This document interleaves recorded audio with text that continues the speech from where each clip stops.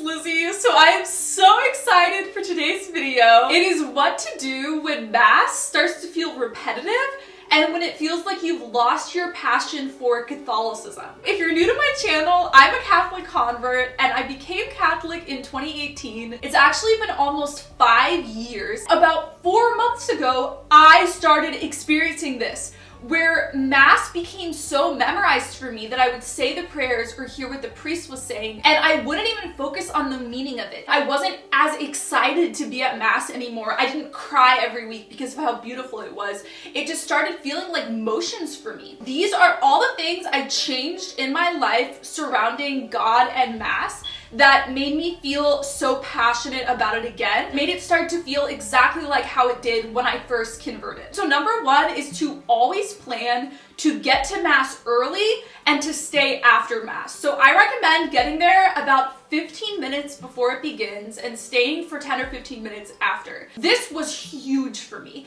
because I work on Sundays, and so I would be super productive, super immersed in what I was doing, and then I would have to go to Mass. And sometimes I would feel a few seconds of resentment of having to leave work to go to Mass, which sounds terrible. And once I got to Mass, I was really happy to be at Mass. I would often be the person getting there right on time or coming a few minutes late. Almost felt like it was interrupting my day. So what I do now is I bring a theology book with me, or I bring a rosary, and I either read or pray, and then I stay after Mass meditating on the homily, praying, reading, carving out that time where I'm intentionally showing up early and staying later. That made Mass feel so different because it was training my mind to know that I wanted to be there. Number two, the second way to make Mass feel less repetitive is to maintain a longer Eucharist fast. Historically, Christians fasted all morning up until Mass, but now that Mass is in the afternoon and evening sometimes, we've just done the hour rule, so it's already extremely watered down. The moment I knew that I was losing some of my passion for Mass is when I actually felt annoyed that I had to do the hour fast before Mass. We're required to fast 1 hour before receiving the Eucharist. You can drink water, that's it. If you do have a medication or some kind of illness, or you're really young or really old, you don't have to do the fast, but most Catholics just do 1 hour from when you receive the Eucharist, so they'll eat up until 10 minutes before Mass begins. Doing the fast just psychologically ingrains in you how holy the Eucharist is, and that it's not just a metaphor of Jesus' death, but it physically is God. Humans are not just these intellectual spirits, we have physical bodies. And so everything that we do with our body affects how we think, but a lot of times it's subliminal. Doing the 1 hour fast and sometimes not receiving the Eucharist if I wasn't able to fast because of the way my meal schedule was for that day causes me to believe in the real presence of the Eucharist even stronger and be even more thankful that God is present in the Eucharist. Number three is to dress up for Mass.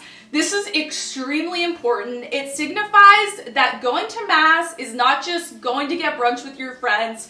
It's not doing a grocery run. It's not just going on a walk. It's not going to the gym. Something completely different is happening at Mass. I always wear a dress or a skirt, dress up and dress modestly. I do my makeup, I do my hair, I put on jewelry. It's an occasion.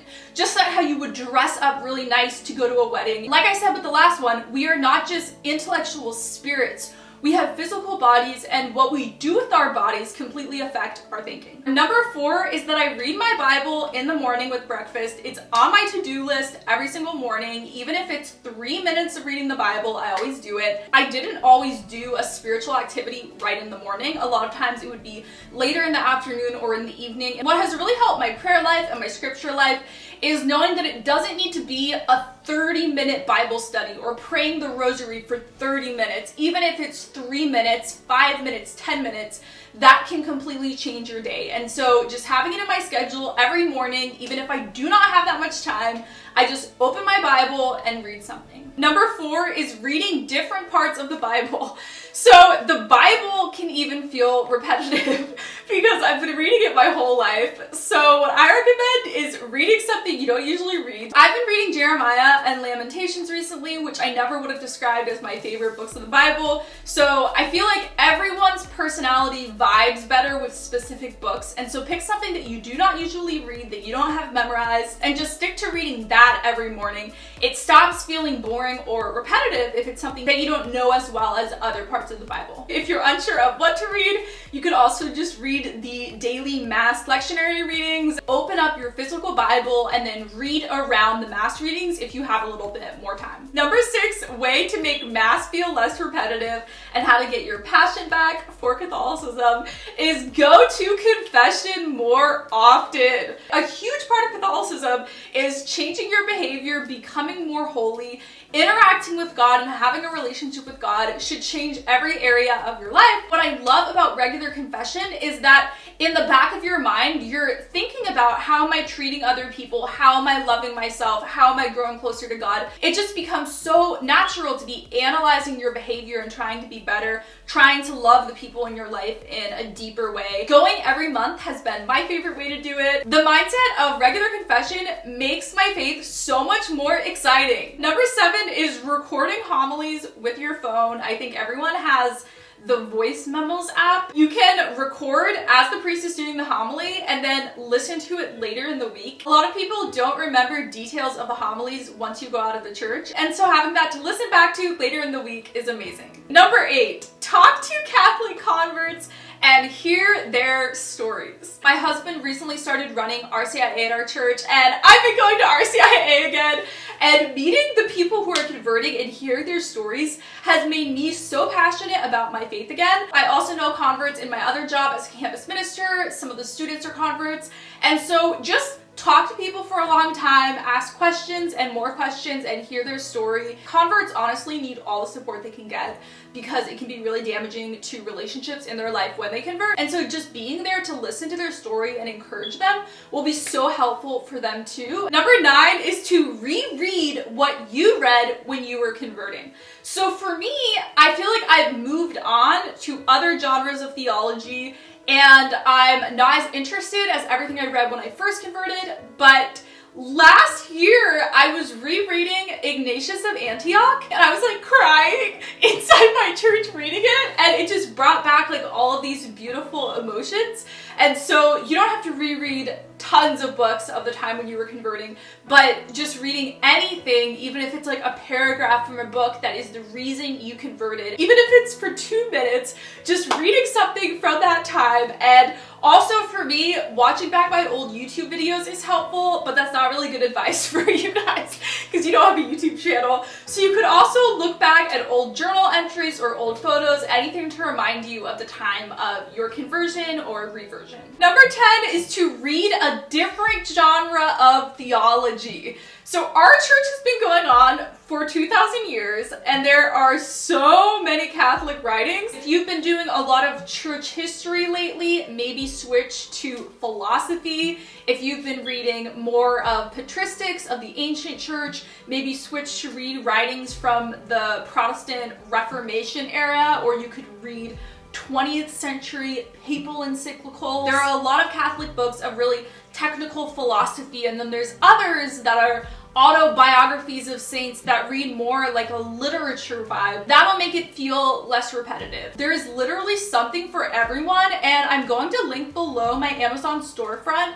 I have a whole one just for theology books, and so if you're looking for something new to read, you can go there. I'm also going to link my YouTube video where I talk about Catholic books to read, where I give a description of the books, so you might want to go there first. Number 11, switch up your prayer routine. So if you're used to praying the rosary a lot, instead do Liturgy of the Hours. If you do Liturgy of the Hours a lot, do Divine Mercy Chaplet or Rosary. You can also just pray the Psalms. The Psalms are meant to be prayers, and so you can just read through one and meditate on it and just really analyze the words as you're reading it and pray it out loud. So that's another option to mix up your prayer life. Definitely download the Laudate app and the Magnificat app. Both of them have Liturgy of the Hours in it and so many different prayers. Also, you can pray the rosary in so many different ways. You can read a chapter of the Bible with each mystery, which is on Laudate, or you can go to Immaculee, which is a website which has devotions for each mystery of the rosary. Also, Hallow is another Catholic prayer app. Number 12 is to slow down your life and start taking breaks from work. So because I do YouTube and then I also work as a Catholic campus minister, Catholic youth minister, I have a lot going on in my life. For many years, I did not take breaks from working. I would just do like 12-hour days. I would eat while I was editing. I would never watch TV. I would not do a lot of social things because I was just working constantly. What I started doing a few months ago is watching TV. I would literally take breaks from work when I'm eating lunch or eating dinner. Instead of working through it, I would literally sit down and watch a show. And once I started doing that, a lot of things started feeling different. I experienced becoming more focused at Mass and more passionate about Mass when I started slowing down my life. Because if you're just like go, go, go, go, go, you don't have enough time to exist in silence because your mind is just going constantly. Ever since I started taking regular breaks from work throughout the day, I've actually been more productive. I'm not kidding. I've been ahead on every job, and it's almost like God is rewarding me for slowing down and taking breaks. And then when I'm at Mass, I'm more focused on it. I'm less stressed. I know it seems unrelated, but literally taking breaks from work and slowing down my life outside of Mass makes Mass feel less repetitive and more beautiful. I love you guys so much, and I will see you in my next video. Bye!